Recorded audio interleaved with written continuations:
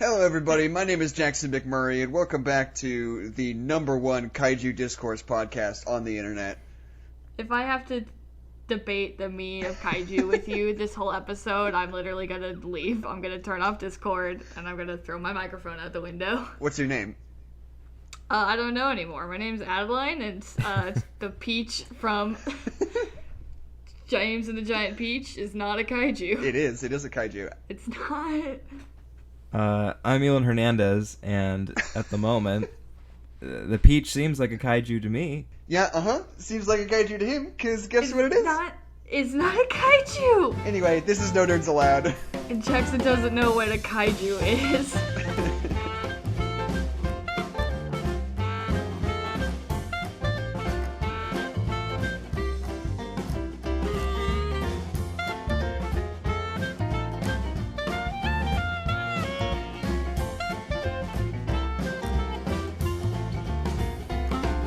So let's just say, as of right now, let's just get this out of the way, so we can just have this whole discussion right at the top, and we don't have to touch it for the rest of the movie. Oh my god. We're not going to make a decision here on this episode. We're just going to present our arguments, we're going to have a back and forth, and then we'll just move on. I literally cannot express how much I don't want to have this conversation, because I think we have this conversation every time our group of friends hangs out, and it goes the same way every single time. We just want to bring the listeners into it. I'm in an endless hellscape. Our warm embrace. I'm going to go first. I'm just going to present my opinion, and you can rebut, and then we'll just move forward as friends. How's that sound? No. I'm not yes-handing you. I'm absolutely nodding you. You just want to not do that? We can. Do you want to start the podcast over? What do you want, Adelaide? Fine, let's do it. We've also definitely already talked about it on the podcast. I think we did. I think we talked about it in the How to Train Your Dragon episode, also with Ilan. We talked about the Power Rangers with Tabby. We've definitely had it more than once. We definitely had this conversation so many times in my whole life. I say that the peach from James and the Giant Peach is a kaiju. It's not a sentient being. But Adeline says that it's not, because a kaiju can only be one singular being. It can't be made up of multiple beings.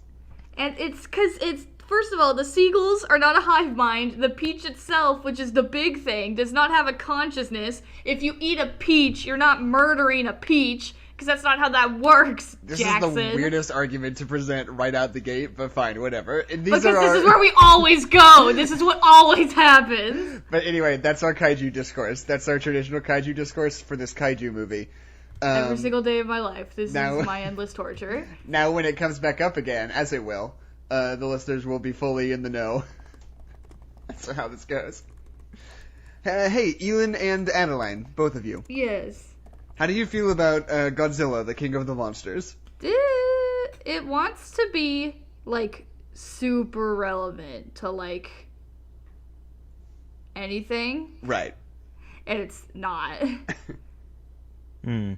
I watched it again last night, for the first time since I saw it in theaters during the summer. Right. I don't know, because I was such a fan of the first Godzilla, and I loved the grounded nature and the vibe it was going for. Right.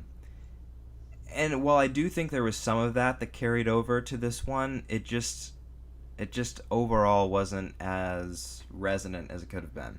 Yeah. No, I still haven't seen the original one. It's one of those movies that, has kind of a cult following now. When it came out, nobody was really super excited about it, but since then, people have been like, oh yeah, first Godzilla rules. And I haven't That gone was back the one and in seen 2014, right? Yeah, the Gareth Edwards one. Yeah. The man who went on to direct Star Wars Rogue One. The best Star Wars movie, according to everyone. I did see Kong Skull Island, though, and I really liked Kong Skull Island. Man, they talked about King Kong so much in this movie for him to not even be on screen for a frame. There's a cave drawing. That's pretty tight. Of him. Well, because, okay, so next movie is Godzilla versus King Kong. We all know. Right. They yelled it at you during the end credits scene. Yes, that's what end credit scenes are for. Yeah, they're screaming at you that the next movie is King Kong versus Godzilla. But unless King Kong can suddenly shoot nukes out of his pecs, I think Godzilla's gonna win. Yeah, it seems like King Kong is gonna get his fucking asshole destroyed by Godzilla. Yeah, this is like when elementary schoolers are on the playground and they're like, who could beat Superman? It's like the answer is no one, because you wrote a character that doesn't have any weaknesses. Here's the thing, though.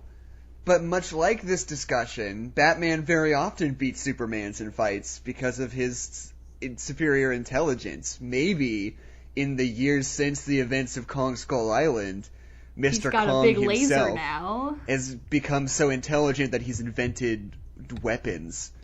And he can strategize, and he can lure Godzilla into a trap and kick him a whole bunch with his big powerful thighs. Kick him with his thighs. Yeah, utilizing his big powerful thighs, not with it, but just that's part of it. No, but I see that point, because if you think about it, just on paper, it seems like Godzilla has sort of faced his most formidable opponent, Ghidorah, before, and then he's just kind of downgraded into Kong in a way on paper. Yeah. Right. Now, there's still a chance that it could be like you're suggesting, and that would be pretty cool. But we just won't really know until we see it, I guess. Yeah, I know. The point is they've got to find some way when they're writing this movie to make it interesting. Because even in those two movies, Kong isn't nearly as big as Godzilla. He's half the size of Godzilla. So somehow they've got to small kaiju. Yeah, they've got to find some way to make this work. And I trust that they will. It might be some lazy bullshit thing, they're just he grew. And I would be okay with that. He big now. He got big. But the radiation from Godzilla made all the kaiju get bigger. The kaiju blast that Ghidorah sent out made him twice as buff. And also he was working out. He ate the corpse of Mothra and gained her powers. Wait, did Mothra die in this? I thought she definitely did. Yeah, she did. Oh, fuck. I forgot about that. Already. Yeah. I just watched it earlier today, and I already forgot that Mothra died. Well, because Mothra... Spoilers, end of the movie. Mothra stabs Fire Ridley from Super Smash Brothers. Rodan, and he's like, I've been stabbed, and he falls off the building, and then Mothra dies on top of the building, and you're like, an eye for an eye, they both died.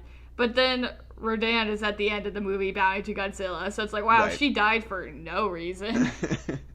Okay, so the first thing that I want to make a note of in this movie is the fact that the plot kind of just sucks in every possible way.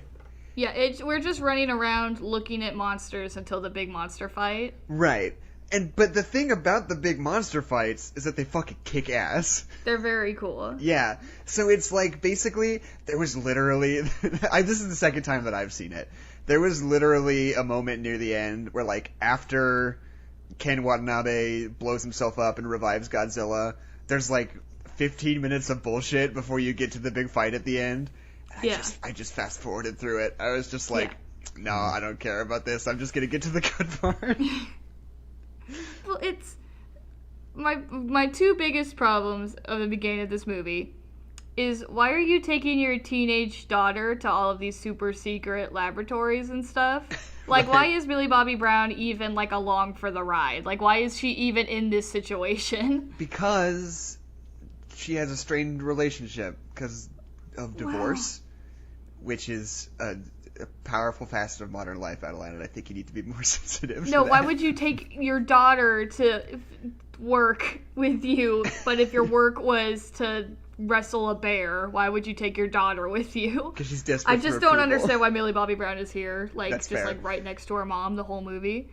And I also hate the dad character so much. He is the most boring milquetoast video game protagonist on the planet.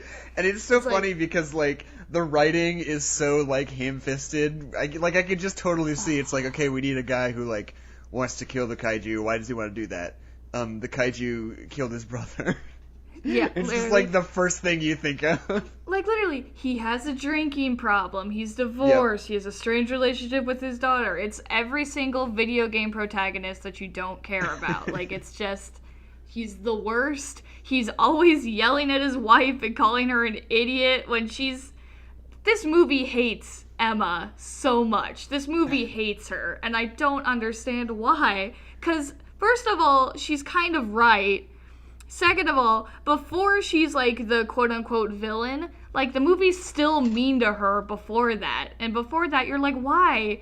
He's like, oh, this isn't the first time she's put work before family before. She should be home cooking in the kitchen for me while I dress up like a bear with my children. It's just so, like... I don't know why this movie hates her so much. It's like, yeah, she probably put work before family because her work is trying to save the world from giant monsters that killed her son. Like, why are you mad at her about that? I mean, I don't know. At least for me, it felt like the movie was kind of equally shitting on both of those parents. It feels like neither of them came off as very sympathetic in this story. Well, because I was about to say, I hate the father character, but I felt like the movie wanted me to like him. Like, you know, like, he always seemed to be very much, like, in the right. Even at the beginning, where he's like, why don't we just shoot all the kaiju? Like, he still seems like the protagonist, you know? Right. But even yeah, if like, he's a lame protagonist. Yeah, like, the conflict is so weird, though. Because right at the very beginning, Ken Watanabe is just like, oh, I think we need to just let these kaiju live and find a way to coexist with them. And then they're like, well, you want them to be our pets? It's like, no, we will be their pets. Everyone's like, oh, that's so crazy. And then, like, they just kind of work towards that, and then Vera Farmiga, or Emma, is just like, I want to do also that, and everyone's like, oh, no, you bitch. Like, it's exactly the same thing. I don't understand what the ideological difference between those two ideas is. I literally wrote down all of the things that could happen. So it's monsters will wake up if we don't do anything and destroy everybody. It's like, okay, if we kill them all, we're just gonna destroy the planet because humans suck. If the governments take control of the monsters, we're mega in trouble because the governments are evil. And it's like, so there's no good solution. Like, Emma is right. Like, all of the options suck. Hers is the best option. Yeah. Well, I guess, where only some people die instead of all the other scenarios where everybody dies. Right. What are your thoughts, Ilan? Well, I mean, in terms of, like, the whole family story that they tried to have at the center of all this, I just don't think, like, watching it back the second time, for me especially, like, I just was like, we didn't have enough time or context to, like, really deeply care about it, you know, throughout. Absolutely. Like, Andrew's death at the beginning doesn't mean as much, because we just don't, like, it's kind of implied that he dies, pretty much. And, like, but we weren't given anything to put us on the same emotional plane as the other characters. Right. Like, if we would have had something, like, I kind of thought in my head, like, what if the beginning had sort of played out a little bit like the beginning of A Quiet Place, where you experience the build-up to a loss, and then you're right there with the people who are sort of, you know, in the wake of that throughout the rest of the movie, dealing with it as they're doing other things. But we didn't really get that. And so we didn't really have a way to understand the tension between, like, every member of the family and stuff like that. At the same time, though... Or go ahead. All right, I don't know. It just seemed like it was something that... It felt very thrown together. We got the parts that we needed to kind of understand what was going on, but we weren't given enough to, like, really, like, care about it. Right, like, resonate with the characters. Yeah. At the same time, though, I do like the opening to this movie, because it sort of, like, it opens right up with just Godzilla, you know? Yeah. And it sort of sets the tone that's like, this is a really kaiju-forward movie, as opposed to, like, the original one, which was a very people-forward movie, and Godzilla was also there. It was like, this one is like... And then Godzilla shows up. Right, but this one's like, oh, this movie's, like, about Godzilla for real, you know? Yeah. And I feel like if they had opened with the family, it would have been even more disappointing when the rest of the plot sucked after that, you know? It's like, I don't know, it's like they set you up to just be like, here's the big monster. You like that, here's the big one. Well, they either had to choose for it to be like a family drama, or they had to choose for it to be a Godzilla movie, and they tried to choose both, but then ultimately decided that it was a Godzilla movie. Right. And maybe you can elaborate on this, Ilan, because I still haven't seen it. But that's what the original one was, right? It was like very much focused on like a group of people, like in the sort of blast zone of the Godzilla attack. Like the story didn't like follow Godzilla. It was just about these people on the ground in San Francisco. Yeah. I mean, yeah, but like it was. I think what made it more successful than this one was I think it was trying to show like what is just like the I don't know the cost of like experiencing something like this, you know. Right. Like I think that because I mean I kind of thought about the fact that like I mean I can relate to these people. I can't really relate to Godzilla, and that's fine. Yeah. Yeah, because I'm not Godzilla. Yeah, I can't relate to these like giant kaiju. What I can relate to is like people who are like, you know, from the people who are like on task forces trying to like deal with these situations, or just ordinary people who are like trying to just I don't know like hang on like through the whole thing. Like that's. And we had a common thread, like we had a tight group of people that we were sort of following through. I mean, it was kind of, you could say it was kind of convenient that our protagonists were sort of at every point around the world where all these crazy kaiju things were happening. But like, at least like we had sort of them, and then we had the people around them who are dealing with, you know, these situations. Like I don't know. I just kind of thought it was interesting to see. Like how would it be in real life if this were to happen? I think that's what they were kind of dedicated to to showing. And I think there was some of that DNA in this other movie. But I mean also it's kind of not a fair comparison because the first one was a lot more contained. It was more about obviously you're only dealing with like 3 total kaiju, and this one you're dealing with a lot more. It's a lot more interwoven and a lot more. The scope of it is just a lot bigger than the first one. But like, yeah, I think that because obviously you had like, honestly, you kind of had almost the opposite formula. You have a family at the beginning. You have a father, a mother, and a son, and both of them work in this like nuclear facility in Japan, which is where the first like Muto like. Comes from, right? Or like originates from, and basically the mother dies, and we see the loss, and then we have that in our heads, like all the way through the movie, as something that the father and the son kind of have to like carry, and that kind of strains the relationship a little bit.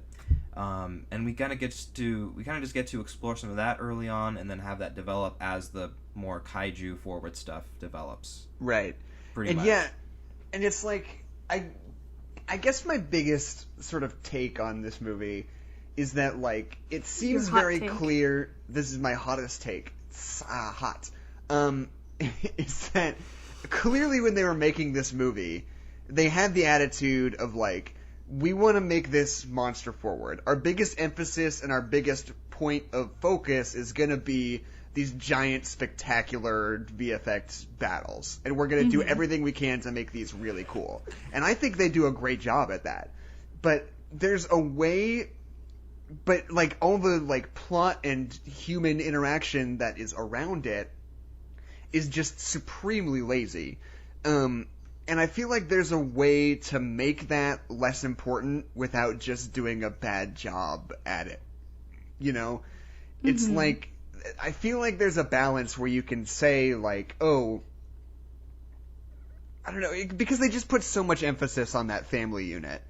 And I feel like if they had just not really done that, because, like, I don't know, let's say, like, we keep the exact same action sequences, right?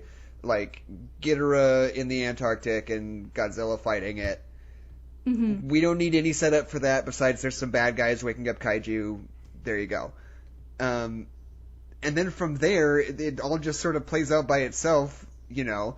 And it's like, there's just too much around it. And I feel like this could have been like a really fun, like really tight 90-minute movie if they had just cut out like half the characters and just been okay with the fact that the people's interactions are gonna be less impactful. Even in like a perfect world where it would be really good, maybe. Like, just that there's going to be less of them, and it's not going to be quite as much of an emphasis on the movie, Does that make sense, what I'm saying at all? Yeah. Yeah. And I wrote this down at one point, and I think it's when we got to the underwater city, where I just wrote, like, there's too many things there's a lot of in things this movie. And they kind of want you to keep track of all of it, but at the end of the day, it all doesn't matter, because it's a Godzilla movie, and it's called Godzilla, King of the Monsters. So I know that Godzilla's not dead. I know that he's gonna fight the big dragon and win. Right. So if you want me to keep track of all this lore that will build into other movies and other franchises, I'm just gonna have trouble retaining it, because it doesn't matter in the here and now. Right. And I don't know, a lot of this movie, I mean, we could just talk forever about how shitty the plot to this movie is. Yeah, it doesn't make any sense. Let's start first with the first big set piece that kicks ass, is when they're underwater and they open up the blast shields and they can see Godzilla swimming towards them. Yeah, that's dope. It's so fucking good. Like, just since you've already had that reference of, like, the actual size of him, and then, like, seeing him not on that screen, like, through that window, being like, a little far bit away. like far away, and he's just like, he's got those glowing spines like coming slowly towards you. It's so scary. I don't know, it's just one of those things that's just like so perfectly executed. Like, it gives me goosebumps when I watch that scene. It's just so incredible. The only cool thing about the Milquetoast protagonist man is that I think it's really fun to bring just like a regular zoologist into talking about kaiju. Like, I think that was super cool. Like, when he's talking about, well, in that scene when he starts like glowing and she says it's a form of intimidation. It's like a gorilla pounding its chest, which is another King Kong reference. But then and then later the guy talks about how the kaiju are moving. He's like, they're moving like a pack, because we've established that like he studies wolves. Like, that was a cool part of his character, is that he understands animals, and kaijus are just really big animals. Right. There's a really great line. I mean, this writing in this movie sucks, but every once in a while there's a good line. Where he says, they're like trying to figure out what they should do, and they're like thinking about like firing on him, and he says just like, unless this is a fight you know you can win, you need to stand down. I was like, yeah, I feel that one. Yeah, you're right. That is Godzilla. Oh shit, you're right. Oh, that's Godzilla that we're about to shoot a big gun at. You know what? You're right. Yeah, let's see. And honestly, the next thing I have written down is the moment when they're in Antarctica now. I'm sorry, I'm going to take that again because for some reason I can't say the word Antarctica. Antarctica? So, now we're in Antarctica, and they're... Beautiful. like, doing one their shot. best. Yeah, one take McMurray. You can ask me to say any one word, and I'll do it on the first try. That's my guarantee. Yeah, right now. Give me a word. Yeah, do it. Tell me a word. I'll say it right the first time. Pineapples. Pineapples. Boom. One take, McMurray. One take. Anyway, they're in Antarctica, and, like, Ghidorah is, like, escaping the iceberg, and they're, like, doing everything they can to stop it. But I just made a note, because this is the thing that I've said a lot, like, is my favorite thing about this movie, is how each of these giant kaiju, like, each have their own sort of signature color that, like, represents them. And I think this first fight between Godzilla and Ghidorah, like, in Antarctica, is really cool because everything is really deeply blue, which is, like, Godzilla's color. And everything, even before Ghidorah actually comes out, like the warning lights that are flashing on the walls are all this really bright yellow. Excuse me, I'm getting a little bit burpy. But it's like, you've got this like tremendously just like blue scene with like these spikes of yellow coming in, almost like it's saying like this is Godzilla's world, but Ghidorah is like trying to usurp it, like he's coming in and taking over it, you know?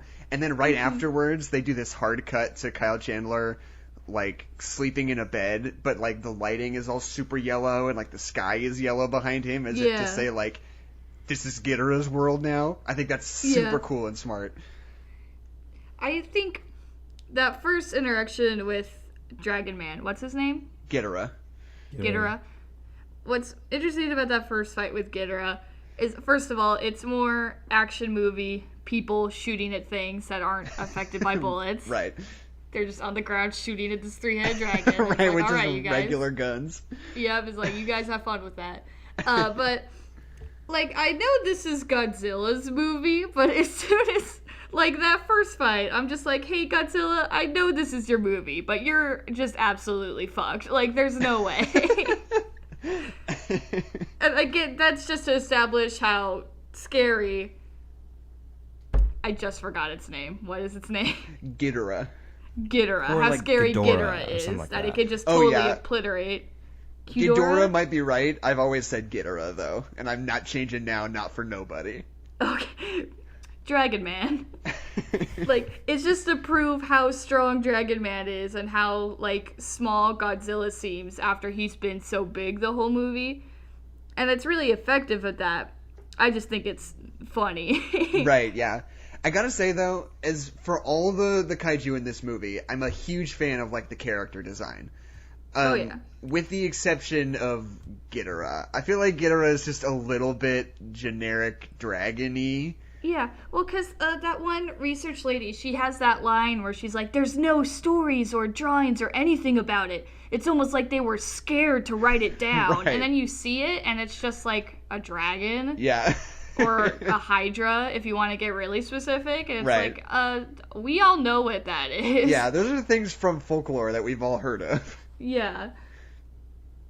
If you want to say that they didn't want to write about Godzilla, I'd be like, yeah, I haven't seen anything like Godzilla except for Godzilla. Can we talk about the whole weird Hollow Earth thing that Bradley Whitford keeps talking about? That they keep talking about? That's what the underwater city is, right? That's the Hollow Earth. Yeah, I think so. They kind of refer to it. They refer to it like I don't know if you guys read some of like the headlines and like the end credits, basically. Right. Yeah. But there's like I remember I watched them last night, and there was this one that talked about how after all of it, like they start to, like I think Monarch starts to try to explore that like Hollow Earth civilization or something like that. But yeah, that one guy is just like obsessed with it the whole time. Right. Yeah, he's like, I told you the Earth was hollow. Yeah, but it's just this weird thing that like doesn't quite make sense, and he's just like, the Earth is hollow, and Godzilla's using these underwater tunnels to go around in the hollow Earth, and you're like, what does that mean? Like, that doesn't mean anything to me. But then he's right, and you're like, that's fine. Right. Well, that hollow Earth thing is also so weird because we've been so like based in reality. We've been like all of these ancient societies that have these stories of monsters. The monsters are actually just these kaiju and they're coming back. And you're like, okay, I can believe that in this fantasy setting. But then when you get to the underwater city that's not based in anything, and you're like, oh, they just hung out with the kaiju. They were best friends. It just like totally takes me out of all the world building we've done. I'm just like, oh, okay, all right. And it's like, I don't think they're trying to say that like the Earth is hollow, like there's the crust and then there's just like this big empty space in the middle. It's full of water. I think they're just being like weirdly poetic about the fact that there's a whole bunch of tunnels underwater we didn't know about. I don't know. Yeah. I think just the term hollow Earth is really cool. Right. And it's like, but it's so weirdly specific. It feels like a reference to something. It might be something in like the old school Godzilla movies about the hollow Earth that I'm not picking up on. Because, like, they use the phrase hollow Earth like it's got capital letters around it, and it feels like it's making reference to something I don't understand. I would have absolutely no idea. Right. I guess kind of in the whole, opposition of, like, Godzilla and King Kong, it's sort of like showing, oh, he had kind of a society, too. I don't know. I guess it's not really quite consistent with Skull Island. I guess it would be more with Peter Jackson's King Kong, that whole idea of like the people that sort of coexisted and lived with it in a very specific way. Right. Maybe that's Yeah, the big I don't twist know. for Godzilla vs. Kong, is that Peter Jackson's King Kong and Jordan Vogt Roberts' King Kong team up, and it's Yeah. two King Kongs versus Godzilla. Then I think they've got a chance. Adeline, your thoughts? Yeah. 2 King Kongs versus Godzilla, because then the King Kongs could do that thing where one bends down behind him and the other one pushes him and he falls over. Like, they could do, like, combos like that. But Adeline, Godzilla's got a tail. You can't push him over backwards. That's what Yeah, tails you are can. for. It's decorative. He doesn't use that tail for anything. What if we get to Godzilla vs. Kong and they just decided to revert back to, like, the stop-motion Godzilla from the 30s? Do you mean the stop-motion King Kong? Of course that's what I meant. Okay. Yeah, of course. I think there probably was one fight. Maybe he just didn't use it enough. I do remember though there was like one Ghidorah fight where he tail whipped it. Probably. Oh. I just don't remember when it was. It was either in Right. the Arctic. It was maybe in Boston. I'm not sure. And, like, the thing that I really, really like about this movie, like, one of the things that I think it does really well is that the kaiju, like, there's a true sense of, like, mass to them, you know? Oh, yeah. Like, you can super, like, feel how big and scary and dangerous they are. This is Like, something that I feel like Pacific Rim never quite totally got. Like, maybe it's just a difference. I guess it's just a difference in the animation. Because, like, to me, Pacific Rim, and I guess the kaiju in Pacific Rim weren't as big as they are in this movie. No, they're not. They were kind of like big dinosaur sized. Yeah.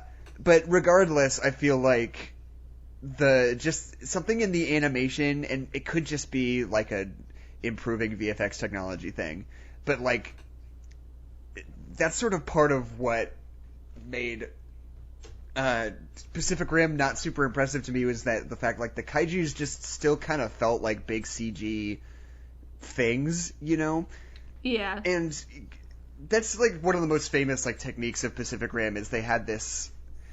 They filmed the monsters as if they were filming real things, and like the camera would like have some trouble focusing on them because they were so big and far away, and like the camera was always like on the ground and like a little bit closer to the monsters than what you would really want, because like practically that's just what it would kind of look like.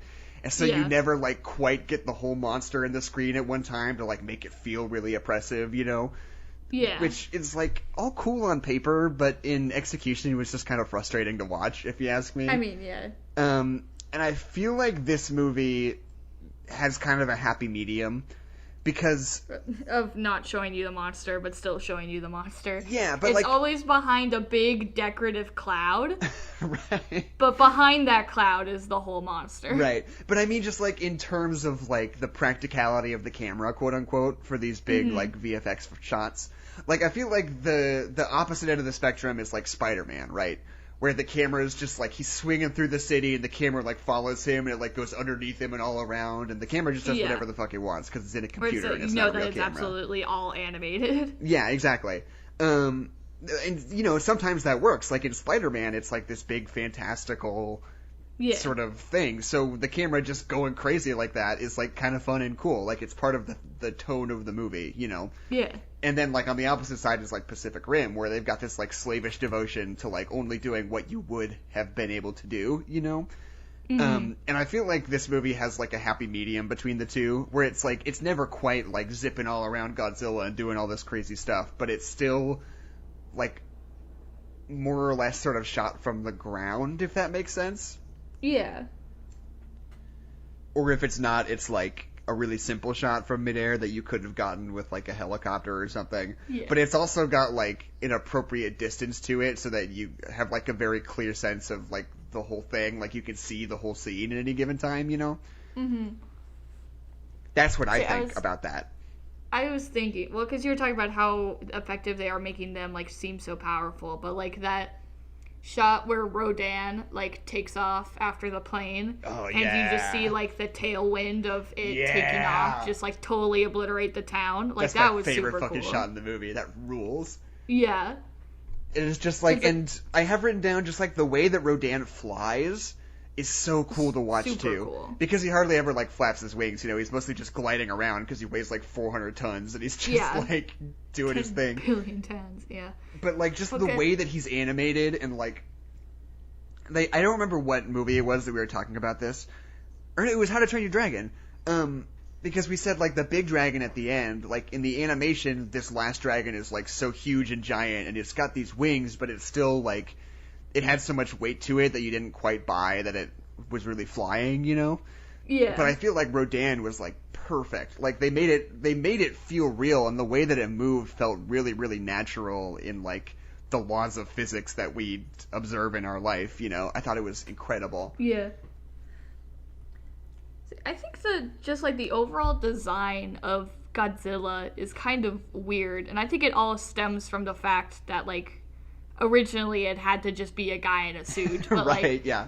Well, it's just like Godzilla doesn't look like a dragon, and I mean that's basically what he is. Like he's a big dinosaur dragon. Right. But like just like talking about like a Dragon Man's design and how he seems like too cliche. Like Godzilla only looks like Godzilla, and that's cool, but at the same time he's always been a kind of like a chunky dude with little arms, and I think it's right.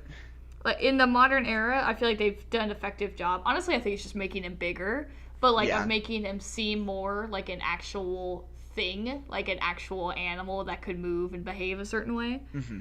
And I think they do that really well.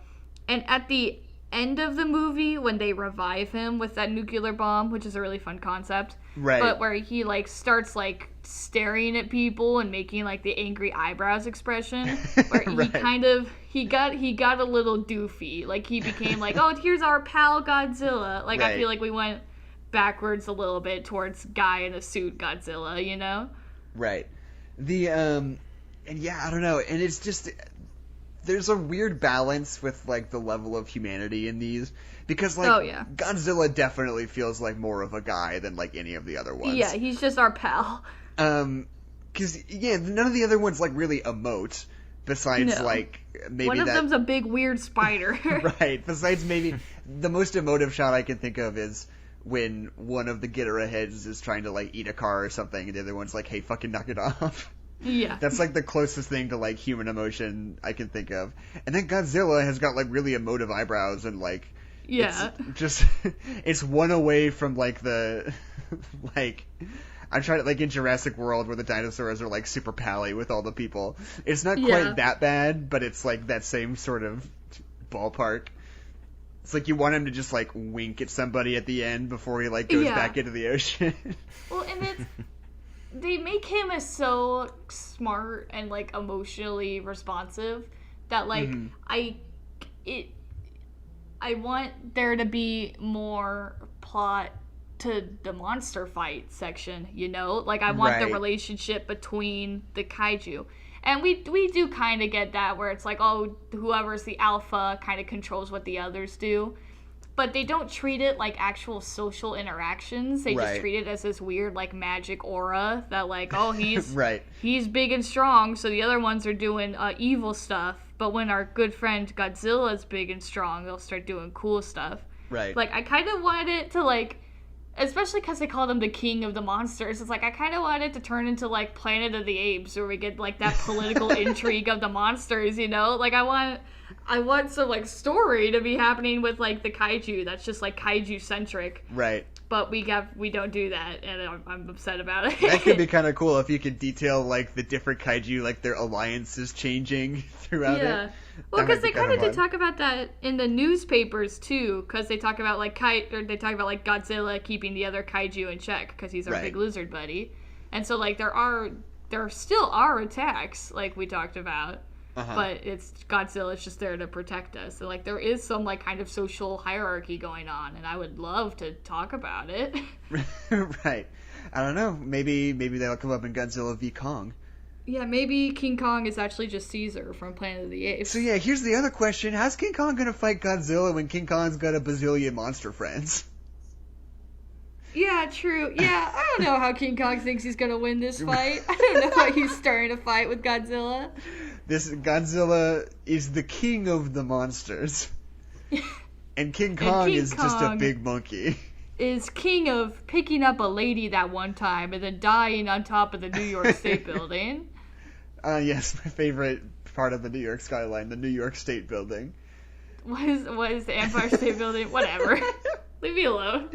I don't live there. Also, I feel like we're kind of jumping around. This is just what I'm looking at in my notes. I mean, yeah. That shot where Rodan's coming out of the volcano and there's like the big cross in the foreground is super fucking powerful. Like, did you like that? Yeah. Oh, did you not? I mean, look, it's totally ham-fisted and super goofy. But it does what it wants you to do, right? It's just it's sort of, it just makes our puny human religion look sort of odd in comparison to this giant fucking dinosaur coming out of a volcano. Well, they keep talking about that, about how the kaiju are the original gods. Right. And they keep saying that without... This movie says things without actually talking about it. And I think that's why it's so frustrating and why all the information that they tell me just goes in one ear and goes out the other. Because they just say things and they don't actually talk about it or expound on that idea. Mm-hmm. So they're like, oh, the kaiju were the old gods because they would protect the people and they had relationships and blah, blah, blah. And that's a cool concept. That's a cool thing to talk about. That's a religious conversation to have. We're not going to have it, though. Right. We're just going to go to the underwater city and be like, oh, these people were cool. You have any thoughts on the religious symbolism in this movie, Ilan? I mean, I don't know. I think it is an interesting thing to play with. The idea that also kind of that orca kind of is a bit of a symbol for humans trying to play God with gods, right? Or try to insert themselves into the natural order and stuff like that. Yeah, I mean, I think that one of the interesting things that this movie sort of, probably at least for me, gets the closest to being resonant with is kind of that struggle with humans and what they do. With the planet and how negligent they can be. And so I do think that it was interesting because I feel like the film was almost exploring kind of that nihilistic perspective that I feel like a lot of people are feeling right now about climate change and stuff like that. Or kind of the idea that, there's really nothing we can do, probably, we're not going to be able, or whatever we want to do, we're not going to be able to do it in time. Right. So we should just get Godzilla to fix it. Yeah, well, I don't know, outside of just in the world today, I feel like now that we have a more definitive sort of timeline of how we want to ideally go forward with it, there's just kind of this pessimism of gosh, I wish that could be so, but I don't think we're gonna do it. Right.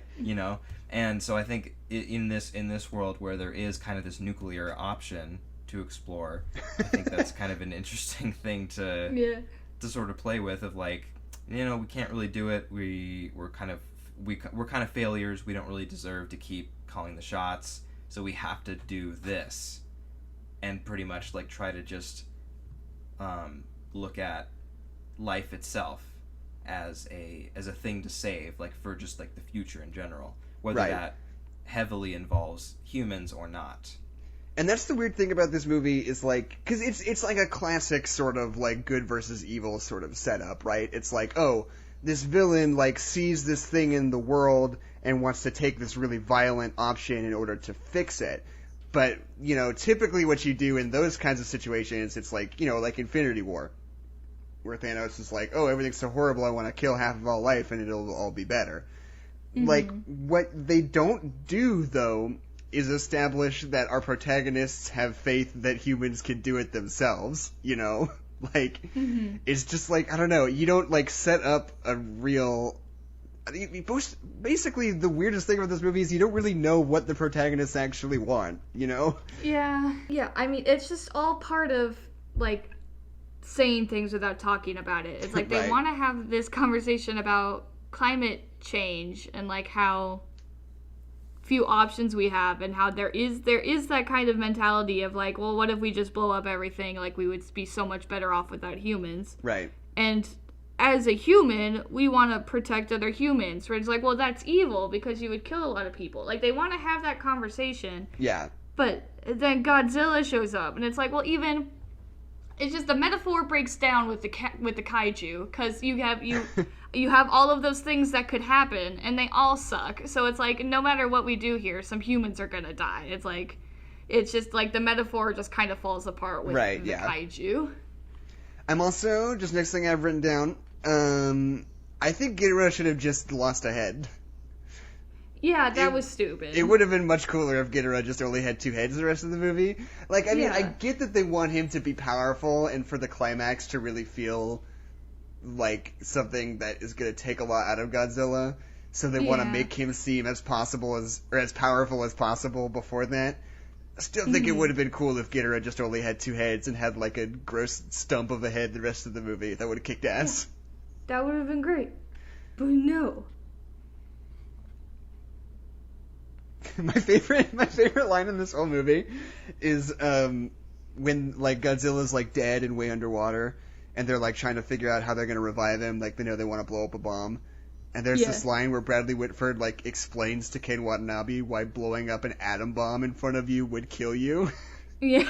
He's like, no, if the heat doesn't get you the radiation will. I was like, yeah, it's an atomic bomb, Bradley. Yeah. Like, why did you?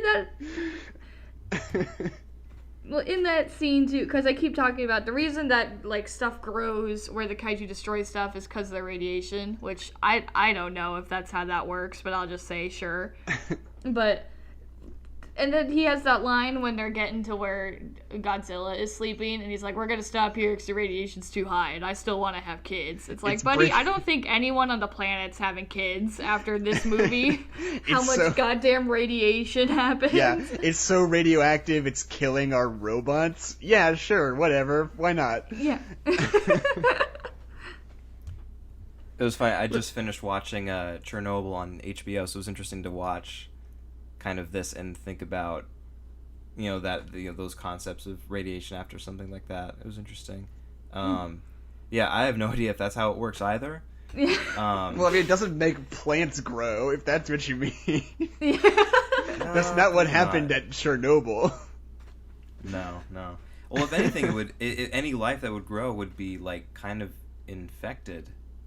Right. Yeah. Anything that would grow would kind of carry some of that radiation, and like, I don't think those places would be very habitable. How habitable is Boston after all of that just happened? It's not. Super nuclear Godzilla was there. Probably not. Yeah, Boston's just not there anymore, dog.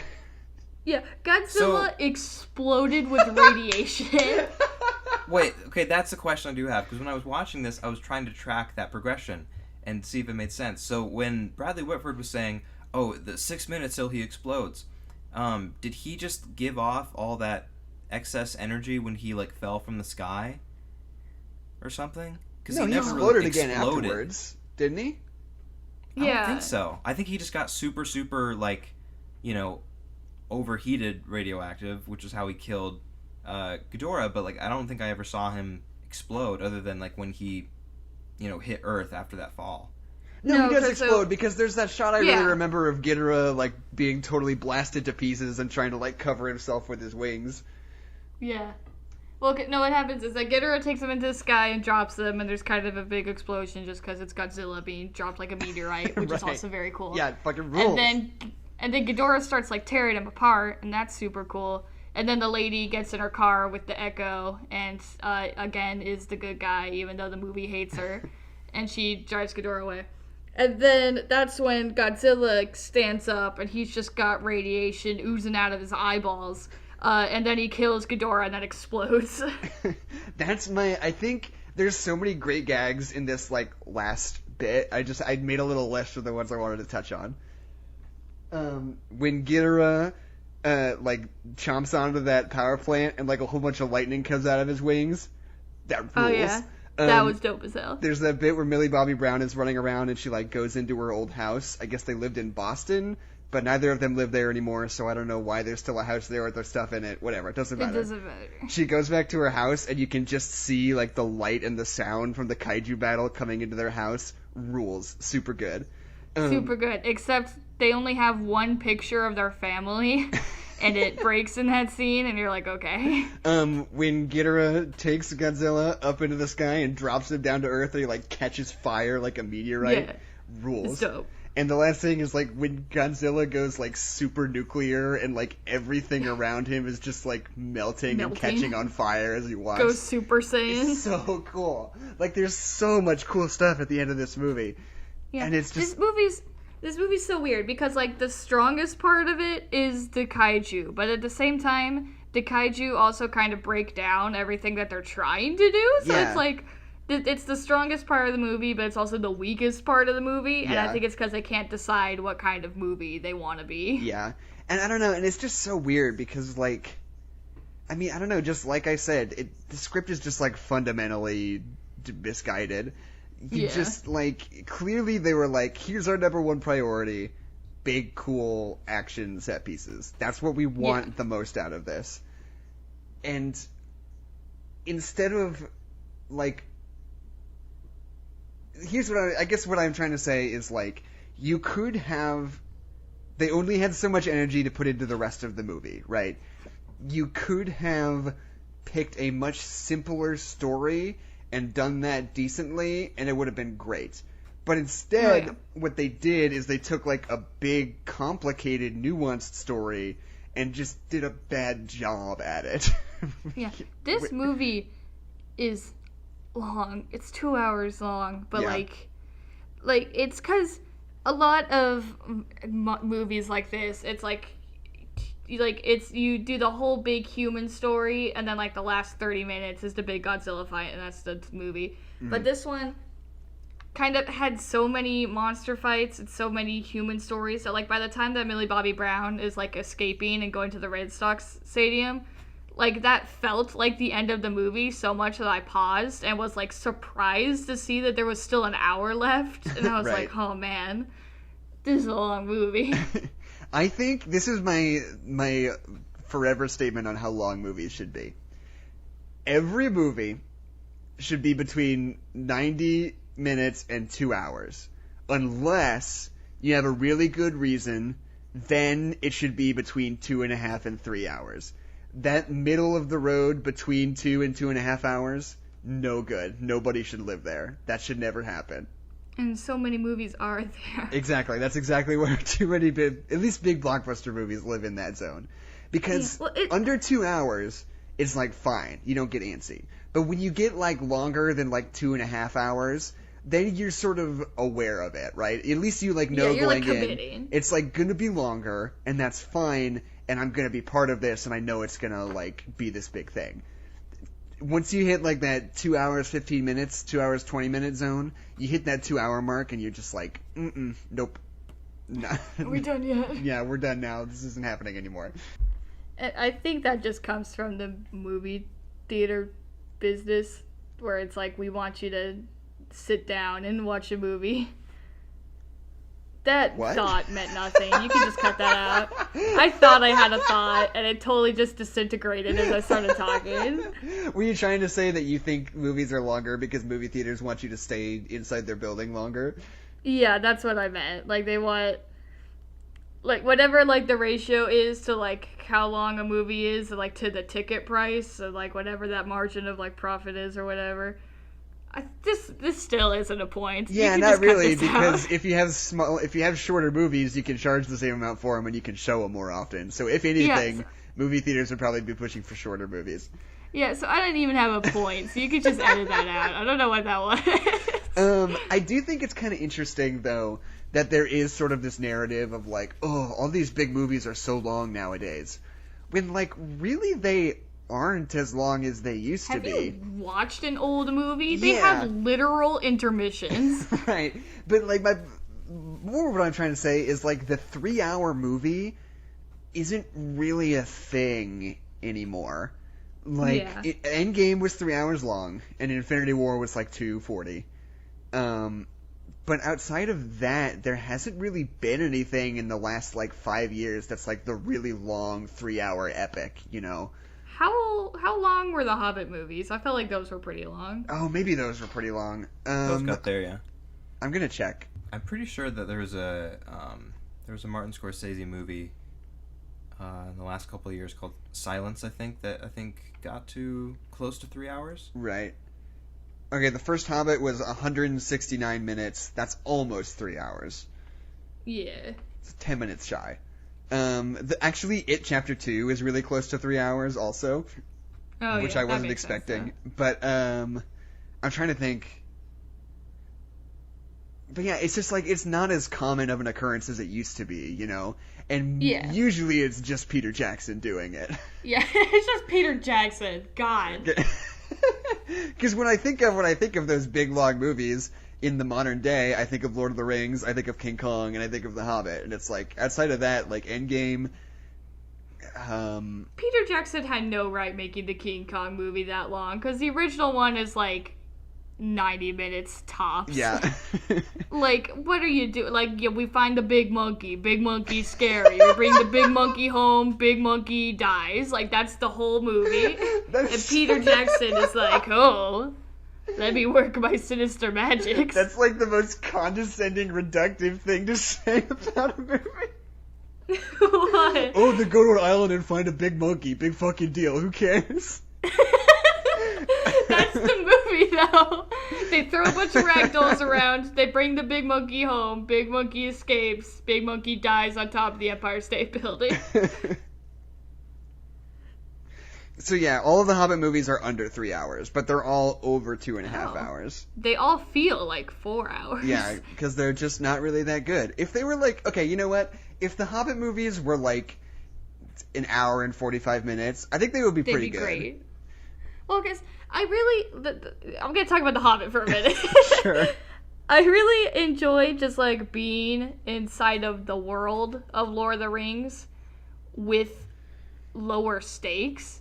Yeah. Because the point of the Lord of the Rings is that it's a beautiful world that's being destroyed, and that's, sad, and that's where the drama comes from. So, in the first Hobbit, where you get to just, be in the Shire, just hang out with the dwarves and Bilbo, and, walk through nature and, fight giants, right.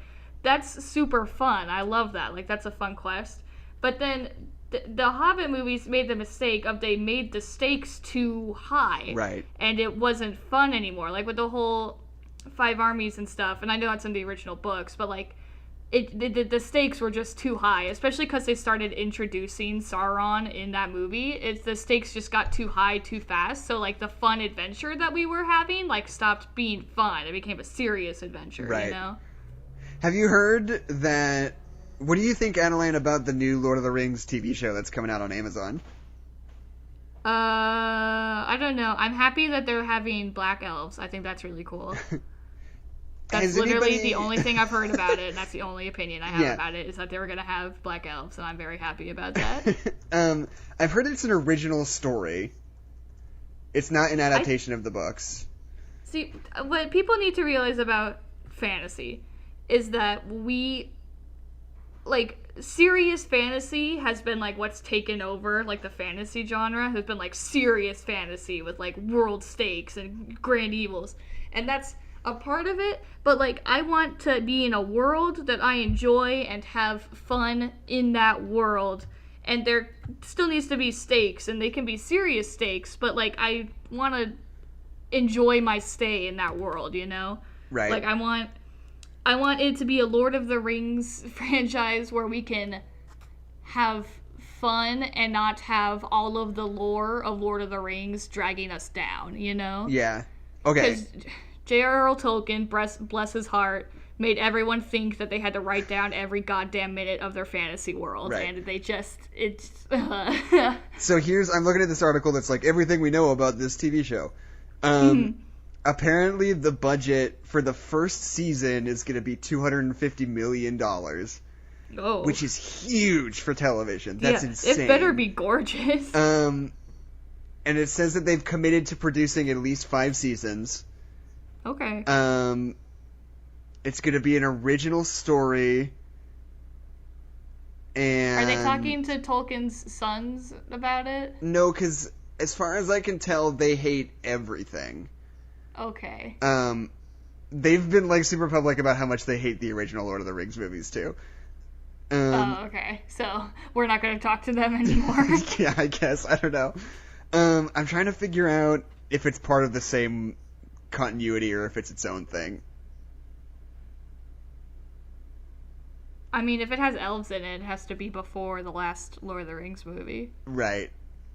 All and yeah, it does say that, but I don't know if it's supposed to be like, oh, this is an extension of the Peter Jackson Lord of the Rings movies, or if it's like just totally its own thing. Like its own Lord of the Rings thing. Yeah, exactly. Like, I wonder how much it'll borrow from like the aesthetic of those movies, or if it'll just totally be on its own. I thought I had heard that it was like, I think I had heard like that it was going the adaptation route, but that's good. It's good to hear new information.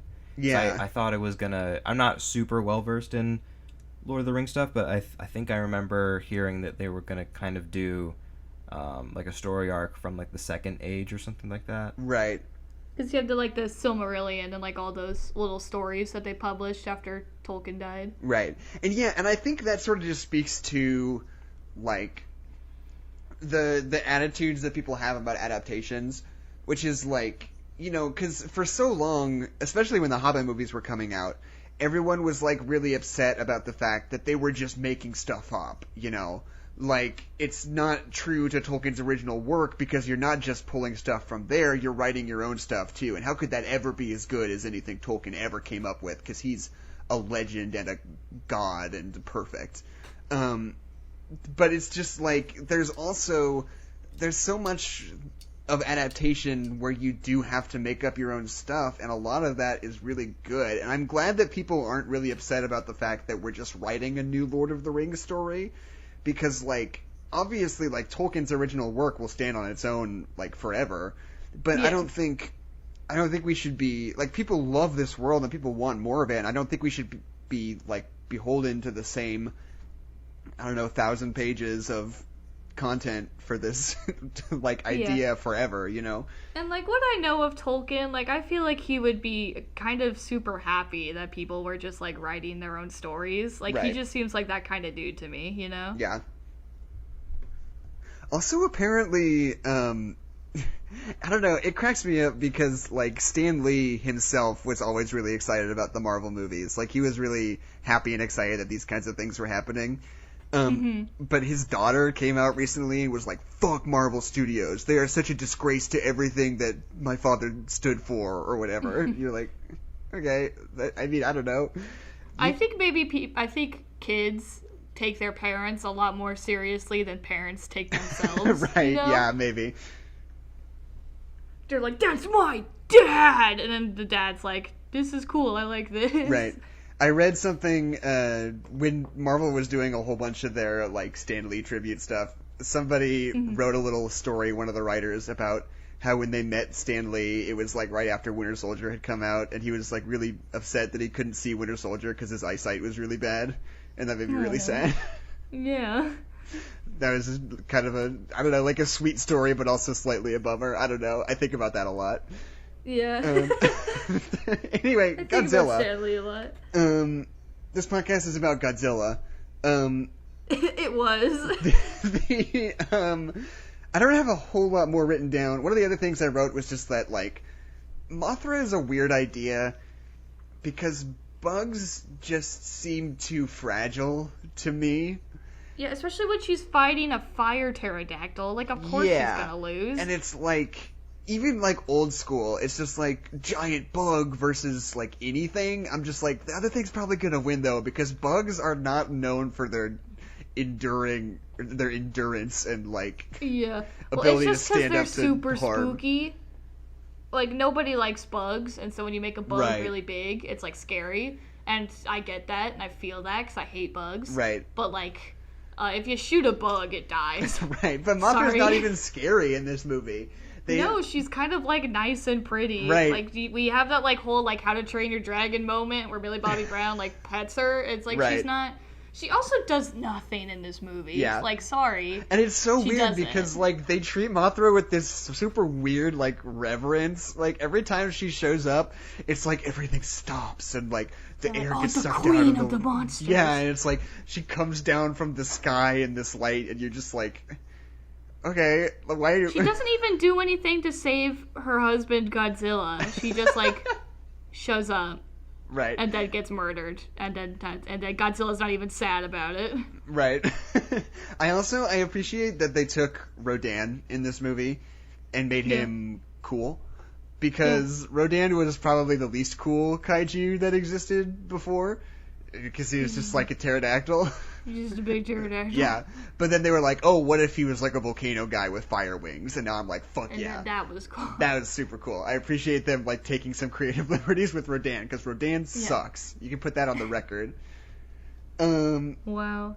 Yeah, wait, anybody... Did Mothra not sacrifice herself for Godzilla? No. In the end? I mean, she distracted that's kinda what Rodan, right? I mean, yeah, she fights Rodan, but I didn't see that as... I mean, look, Well, if Godzilla were fighting Ghidorah and Rodan at the same time, he probably wouldn't have won, right? Yeah.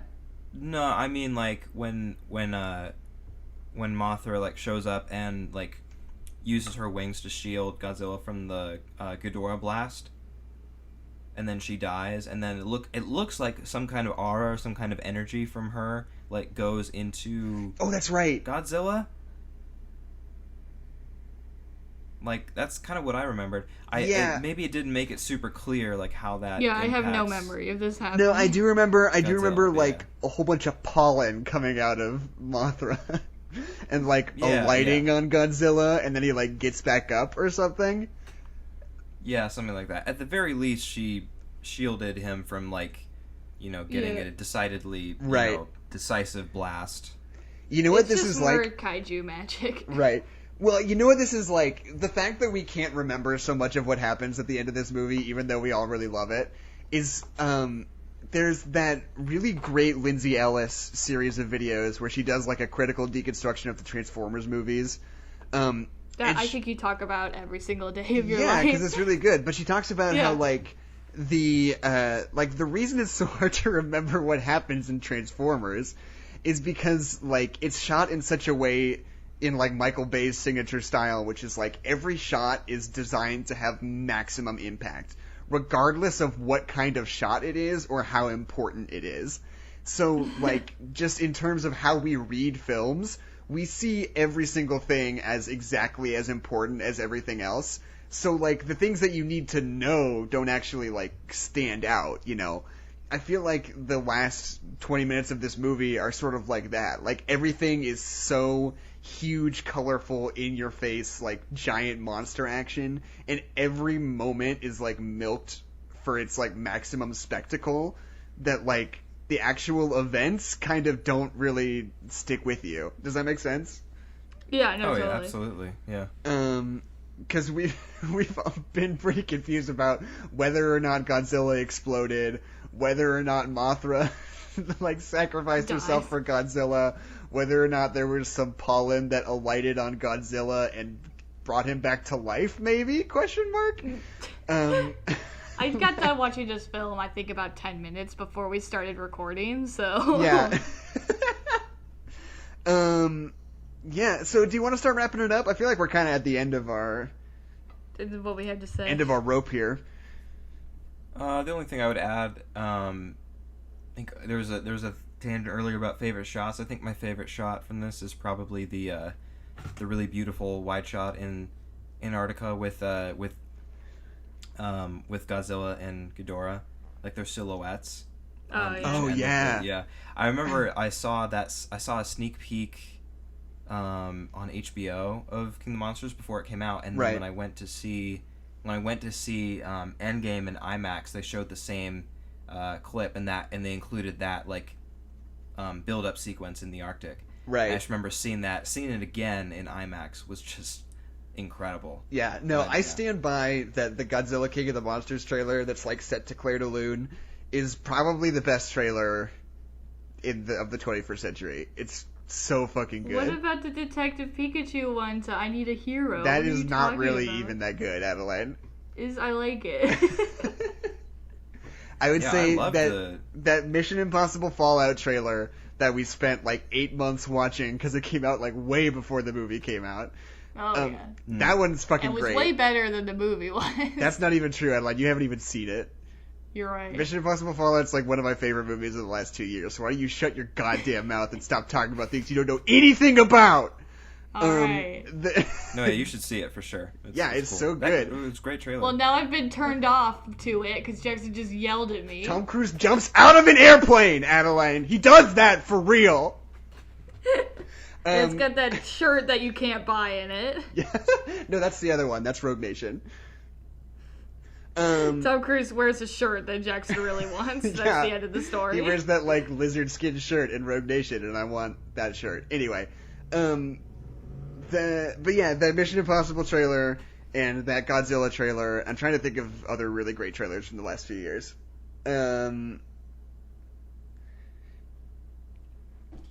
Yeah, I don't know if any other ones really stand out. Those two for sure are like among my favorites ever. Okay. Yeah, absolutely.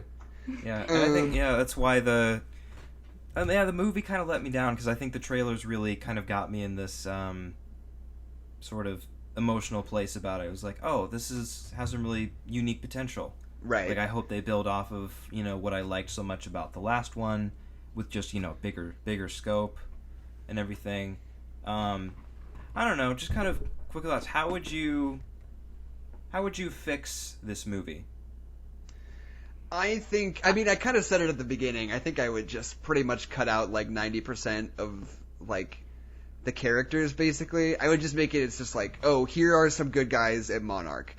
They want to like respect the kaiju and like live in harmony with them and think that humans can be like live in harmony with them. And then here's the bad guy. He's this evil British guy. Yeah, here's a British guy. Can we also just note that British guy who just gives like the most like off the wall performance in this movie as like evil British villain? I think that's so funny. I mean, he knew what he was doing. Yeah, no, totally. But then I would think it's like, oh, and there's this other organization that just like wants to use kaiju as a weapon to destroy the world. And you just make it a little bit more simple like that. Be like, oh, we're supposed to live in harmony with the kaiju, not use them as tools of our own destruction or whatever. And like make it really clear what the conflict really is. Like there's two sides, here's how they feel about it. And the kaiju are just sort of stuck in the middle. And I think if you just do that, like most of the like plot of this movie, quote unquote, will pretty much flow the same way. You just, like, cut out, like, a whole bunch of bullshit that super doesn't work, you know? Yeah, it just needs to commit to being a kaiju movie. Like, just... You're trying to have this complicated plot, and the complicated plot isn't working because of the kaiju, and the kaiju are the strongest part of the movie, so just let the kaiju be kaiju. Right. I just thought this other question I had in my mind. I feel like towards the end of the movie, like going into that third act, it's kind of like we get a little string of sacrifices, because at first we have Dr. Shirazawa, and then we have Mothra, and then we have Emma at the end. And I think Emma's at the very end was the only one where I was like, was that necessary? Like, did she have to do that? Especially because she says, "Long live the king," right before she dies, and I didn't need that. I understood the motivation for that. I was just thinking of, like, I guess the only thing I thought of was, like, well, I guess if she gets in the chopper with them, then Ghidorah just flies after it and probably demolishes it. That was the only thing I could really think of to justify the sacrifice. Because otherwise, like, in the moment, it didn't play as clearly to me. I had to think about it after the fact. Mm-hmm. Well, because she had the machine. Mm-hmm. Well, if they just put the orca on the ground and then flew away, it would still be attracted to the orca, Right. and then Godzilla could still explode. Yeah, that was pretty much the point. They were trying to have Ghidorah not be, Yeah. They wanted her. They wanted given to the onslaught. I mean, I think they just wanted to redeem her a little bit. They wanted her to be like, "Oh, I'm going to do this selfless She thing." didn't need to be redeemed because she wasn't in the wrong in the whole movie. But Well, I mean, kind of. like, not for no fault of her own. Like, she made a choice she thought was right, and then it just kind of backfired on her. Yeah, exactly. Yeah. And so because Through and no because fault of of her own. the It's because of the Dragon purist that Man she was is, a she megabed. would want to make it right. Yeah, I don't know. Yeah, I don't know. And I guess just what it is that it's just like it's not a clear. I mean, it's a symptom of the fact that everything in this movie just is so disconnected and doesn't really make sense in its own weird little world. That it's just like the fact that, like, I don't know. I feel like saying that, like, oh, this character, like, she was in the right, this whole thing, it's like not even really a discussion that's worth having, because it's just like, whatever they were actually trying to do was clearly not what actually happened. Like, yeah, they didn't do anything. Yeah. She didn't have enough, which is also kind of weird. I guess she didn't have enough research or information on Ghidorah to know what would have happened Right. when they released it. I guess. Maybe. Because also, like, the alien origins were so muddled. It was like, that was another thing where they just kind of dropped it in there, like, oh yeah, it's not Yeah, where they obeying just these say rules things of nature and don't talk because about it. it's different. But then that would open up a whole kind of Yeah. wormhole of, like, wait, is there, like, intelligent life out there that can also keep falling from the sky? Right, Yeah, yeah. you just Like, into our established world? alien kaiju, and that you're not even gonna talk about it? I bet they You're will just later. gonna move on? I bet King Kong gets an alien army in Godzilla vs. Kong, and that's how he fights Godzilla. Maybe it's not our King Kong, maybe it's an alien King Kong. Whoa, and there's What 3 if they're- King Kongs. What if there are gorillas in space, Jackson? What would you even do? What would I do about it? What would you do? Yeah. I would shoot a big bomb at them. Wait, are they attacking or are they just doing them? They just, like, other planet, all on its own, also made gorillas. Oh, I would probably not really do much of anything about that. I'd just let that Yeah. be. What about But you? wouldn't What that would be you do? weird? Wouldn't that be bonkers?